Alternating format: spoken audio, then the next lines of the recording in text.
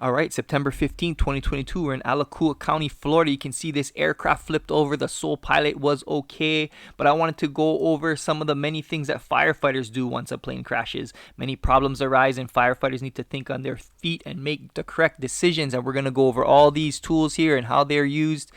So starting off with this, it was a Yak-55M, crashed into a blueberry field near Waldo. November 307 Golf Sierra was the tail number. Very similar to this aircraft here, as we can see it starting up. And then this is Waldo here, and then this is kind of the area where the plane was found near this road. You can see there's trees in the background. There's the trees there. And so firefighters, of course, getting on scene, we want to always make sure we're safe. So is there any fire that could hurt us that we need to put out, any fuel spills to take care of, or any traffic? You don't want to be getting hit by any cars or anything like that while we're working. If that's all safe, then you can go ahead and start stabilizing, making access to the patient. This is called a Rescue 42. Rescue 42s are really useful in stabilizing aircraft or cars. Here's a car example here. So they're putting that the chain there as kind of like a saddle to really lock in and prevent it from dropping. And then you can go ahead and put the ratchet straps, connect the bottoms, and then tighten this thing up and really lock this thing in place so you know that you're safe when you're working underneath this car. There's also many different ways you can use it. As you can see here, there's multiple ratchet straps to tighten it in all different directions, and then different ways to use the chain as well. And these are all collapsible, so you can get real small footprint for in your fire trucks, and those ratchet straps are tightened. So there's the ratchet straps there. That's the Rescue 42 as they're securing the backside of this aircraft.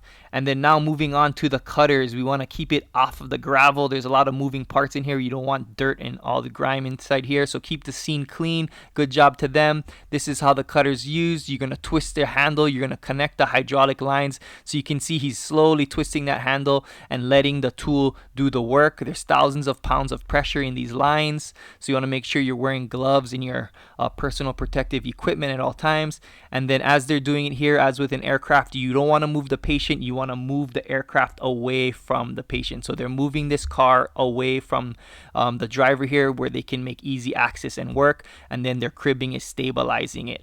So that's all the cutters and the hydraulic tools. And then now we have the cribbing. So the cribbing is to stabilize it. You can see it's kind of stepped. So if you raise an inch, you want to crib an inch. So as you're lifting this thing, you want to crib it.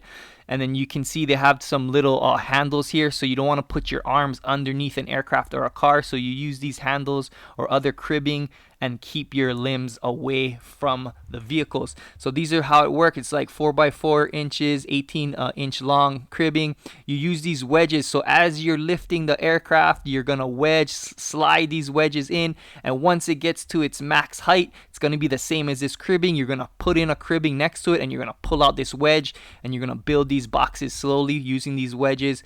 Use the wedge, lift it, make the box 6,000 psi can hold per corner. So a box like this would be 24,000 pounds it could hold. And it's kind of like Lincoln lock, so you don't want to put it on the edge where it could slip off and collapse. You want it to really lock into place as weight is loaded. If you need more, you can use a cross tie. It's 54,000 pounds. So I hope that is pretty interesting, but that's how it works. And then this aircraft came in, absolutely hammered the nose of this aircraft, as you can see here.